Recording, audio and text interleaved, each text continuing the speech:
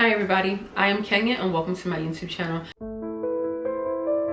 I feel like I've been pretty quiet over here on this YouTube channel. So if you haven't been living under a rock, you've seen so many changes within our government over the past few months since our new president got into office. And I feel like I've just been taking it all in. I've just been watching things fall apart. Like there's nothing that little old me could do but just watch things fall apart and just figure out what I'm going to do to navigate and what would become our new normal, you know? I spend a lot of time on TikTok and I've seen so many economists saying that Donald Trump is crashing the economy. Donald Trump is purposely crashing the economy. He's doing this on purpose. He's purposely doing it. Trump is crashing the economy. Trump appears to have deliberately crashed stock markets all around the world. So Donald Trump just said he hopes the stock market crashes in the next 12 months. And for me, I'm just like, well, why would he purposely crash the economy? And they're saying he's doing this so that he and his cronies could get rich. And me personally, I'm like, well, how is he going to get rich if the economy is crashed? Find that I do better in bad markets. I buy things in bad markets. And you can't do that in a great economy. You can't buy it. Either you're going to buy it very expensively or not be able to buy it at all. So of course, like the curious person I am, I went down a rabbit hole and I found myself researching. So basically, the 1920s were the roaring 20s. This is where people were making a lot of money in various different industries. The banking industry was a big one. The stock market was booming. Everybody was making a lot of money. Just think of the book, The Great Gatsby. It's also a movie. So during that time, especially in the northeast of New York, specifically like New York City, Long Island, and Connecticut, like these were areas that were booming. And during the 1920s, they were having these great grandiose parties. You know, everybody was living lavish. They were building these huge big houses in Long Island along the coast, and they called that the Gold Coast. If you had money, you moved on from the city to the outskirts of Long Island. You built this beautiful life for yourself, and you had beautiful cars, you had the most beautiful and grandiose events. That's what was going on in the 1920s, okay? That's how it all started. So during this time, the banks were using the deposits from customers and they were investing that money into the stock market. There was overproduction in manufacturing, and so there was so much like product and things being produced, but the supply and demand wasn't math, and if you get what I'm saying. And so these industries started to lay off people in droves, and because they were laying off people in droves because they didn't need that many workers, because there weren't that many people to buy all of the things that they were producing and trying to sell, this drove up the unemployment rate, which basically was the beginning to tank the economy, because now people are going to the banks because they need money. However, the banks don't have enough money to give back to the customers because it's in the stock market. Mind you, the economy is tanking. People are panic selling stocks. They're going to the bank to try to retrieve money. The banks don't have the money, and we call that a run on the banks, when everybody is trying to get their money out of the banks and the banks don't have it. And this is why our elders always tell us to make sure you have money on hand. Keep you some money under the mattress, get you a shoebox, have you some stacks, you know, in your box just in case of an emergency. The banks also are re-lending your money out to other people so that they can get car loans, home loans, business loans, all types of things. So when the stock market started to crash, there was a run on the banks and the unemployment rate was rising and all the things. The Federal Reserve raised the interest rate to try to combat that, because obviously the banks are losing money. So if the Federal Reserve increases the interest rate, that will help the banks earn more money for new customers that want to borrow. However, this made it extremely difficult for investors to borrow money, because now investors have to think, okay, now I'm borrowing money at a higher interest rate, like that's going to cut into my profit. That might not be smart for business. So 1929 is when the Great Depression hits. My grandmother always told me about the Great Depression, and she would always be telling me, girl, you better learn how to make these Great Depression meals because you never know when you're going to need them. And I'm like, grandma, times will never get that hard that I will ever need to cook Great Depression meals. But now that I'm older, I probably should have listened to some of those recipe tips. The Depression lasted from 1929 to 1941, which was 12 years. And at the same time, World War II was simultaneously going on. So basically, I wanted to know, I was curious, who got rich during the Great Depression? Like, who got rich and how?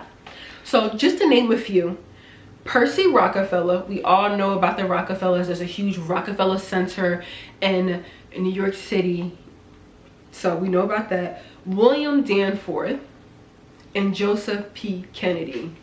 Of course, the Kennedys are always involved in anything crazy. So basically, how they got rich was short selling borrowed stocks. Now, I'm going to try to explain what short selling borrowed stocks is as seamlessly as possible. People would go to a stockbroker and they would say, hey, I want to borrow 500 shares of stocks, okay? And they would sell it and then make a profit from those borrowed stocks. And they would always have to return these borrowed stocks back to the broker either way. However, some people ended up in the red trying to do this, and some people were very prosperous. Now, I know that sounds like kind of confusing. So basically, I'm going to try to break this down in layman's terms, okay? So basically, you borrow your homegirl's jacket or your homeboy's jacket, right? Her jacket or his jacket is worth $100. You sell it to a girl on your street for $100. Sold it to the girl on your street for $100, right? Then you see the jacket 2 days later at a different store or from somebody else, and you buy it for $50. You return your homegirl or your homeboy's jacket back to them.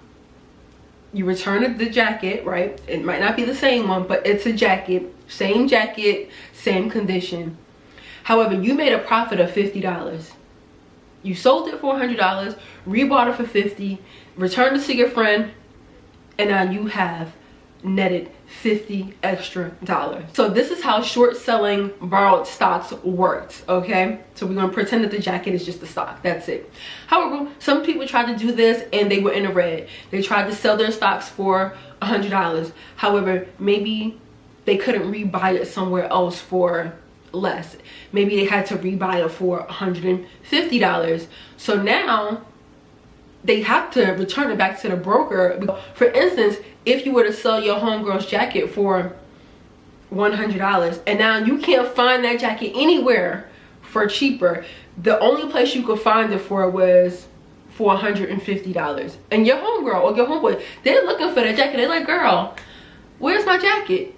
So now you end up buying a jacket over for $150 and you return it to your friend. However, you are negative $50. So that's how short selling borrowed stocks worked, okay? And people can still do that to this day. You can still short sell borrowed stocks.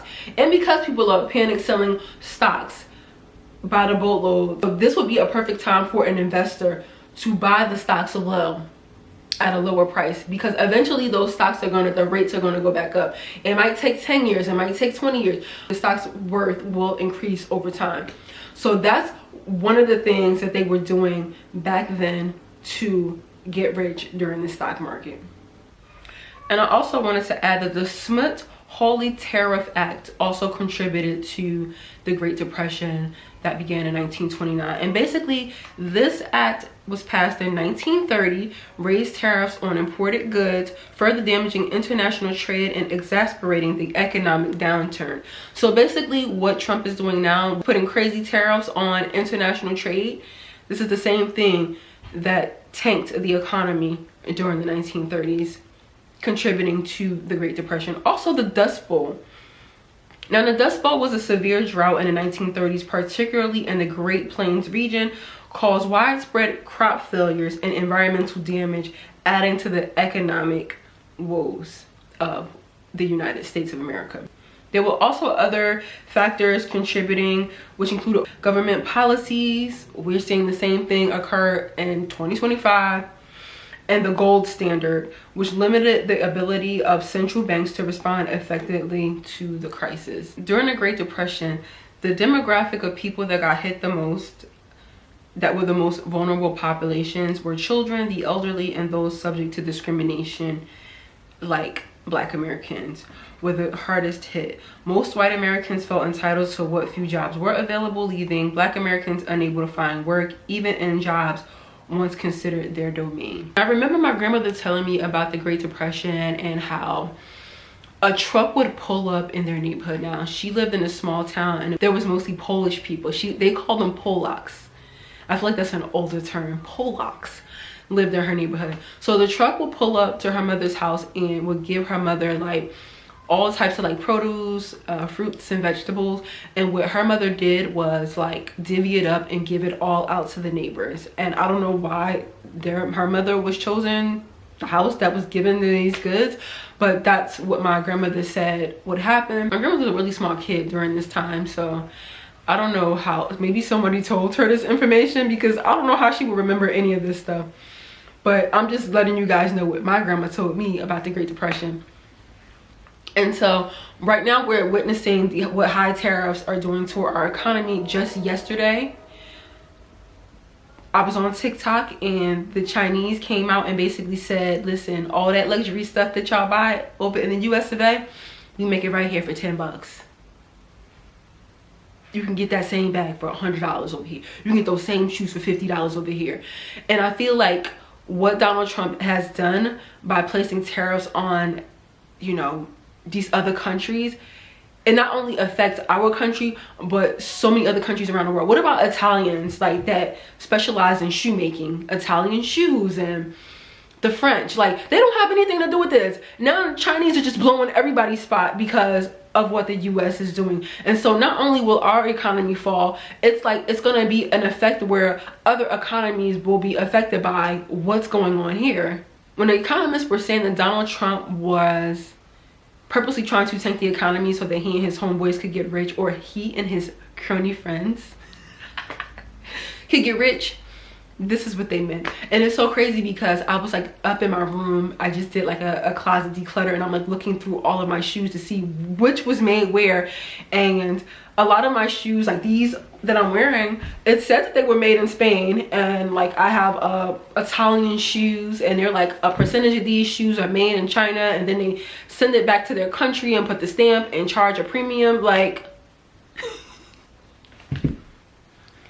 I wanted to save money, but like I just felt so turned off from shopping. And I'm someone who's chronically online every day looking for something to buy. And this weekend I would have already like ordered at least 2 to 3 things. I did not. I said, you know what, we're not going to do that. We're going to look at plane tickets to China and Japan to go shopping over there. Y'all, flights to China are about to go triple platinum, because I know I wasn't the only one on Google Flights looking to see how much a round trip ticket to China was. I know I'm not the only one that plans to take a carry-on suitcase and put it in a full-size suitcase and take myself to China to go shopping, okay? Now that the tea was spilled, I mean, we already knew that a lot of our things were mass-produced in China, but the tea was confirmed that majority of it is produced in China, and we're just basically paying for the logo. I don't need the logo. Just give me the quality, okay? But during the Great Depression, companies like Chrysler and Boeing did get rich because they were able to buy supplies and things of that nature at a lower rate. And so they benefited from low prices during that time. Also, movies, big movie companies benefited, because what else are you gonna do? Just like during the pandemic when everybody was out of work, what else were we gonna do? We were at home watching TV, and this is when we all got on TikTok and started making videos. Well, I did. I know I did. And companies like Gallo, which is a major wine company, it's like, what else is it to do? They were able to make a profit, and there were so many companies that were able to take off during the Great Depression. So if we do go into a Great Depression or depression, this would be a great time to take a risk and start a business that you've always wanted to start. Yesterday I saw a video of someone, basically it was like a news journalist, basically saying that Donald Trump has lost his marbles. So Donald Trump is 78 years old, and so he's up there in age, and a lot of the decisions that he's making, they are questionable. It's like, is his mind okay? This is what I'm wondering. Is he mentally stable to make a lot of these decisions or whatever? Because, you know, everybody got on Joe Biden. They called him Sleepy Joe, and he's too old. He is timing out during his press conferences and things. His brain is glitching. But Donald Trump is 78 years old. He's getting up there in age. And for him to increase tariffs at such a high rate and be going on this power trip, this sort of temper tantrum power trip, it's a little unnerving. He needs to be stopped, because when you think about it, he had the son Jared Kushner, who was also a huge real estate developer. The fact that Donald Trump is on this whole kick of he's deporting people. People are getting deported that are actual citizens, law-abiding citizens, people who contribute to the economy. They're now requesting the IRS to share information of people who are in this country who are undocumented, to possibly have them deported. And I don't understand it, because also a lot of materials that we use to build these properties, they come from other countries. I know Canada, we import a lot of like wood and things from them to build our houses. So it just makes no sense. Like, I don't understand like what the rhyme or reason is, and like why isn't anyone stepping in to say, hey, cut it out. It's bananas, it's crazy. And I went to South Africa in February, a couple months ago, and every person I ran into, I don't care, they could have been South African, Ugandan, Zimbabwean, from Greece, from Norway, every person is asking me about Donald Trump. It's like we are world news. It's like we're a TV show. Like, okay, what's going on in the US today? Like, what they got going on? So I know a few years ago, Donald Trump had a men's clothing line where he was making suits and I believe ties, and they were all produced in Mexico. So why are you putting tariffs on Mexico? Like, I just don't understand the rhyme or the reason.